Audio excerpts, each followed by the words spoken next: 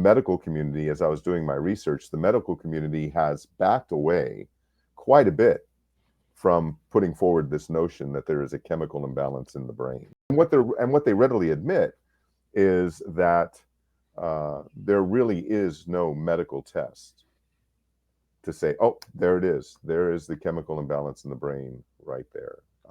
And I'm probably jumping ahead too. I don't know, Yeah. but as I dealt with this in my life, anxiety and depression, and I have over the years from a very young age took some pretty dramatic turns while I was at Living Waters. In fact, was probably the worst event, and I talk about that in the book. But throughout that experience, I was led to believe that I had this so-called chemical imbalance in the brain.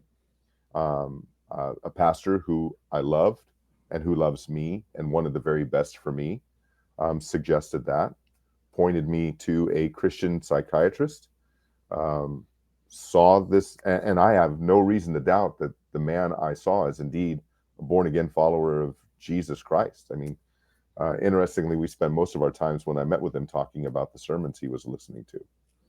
It just asked, hey, how are you feeling? You doing okay? Yeah, doing okay. Write me a new script, and then we talk about sermons. That was about it.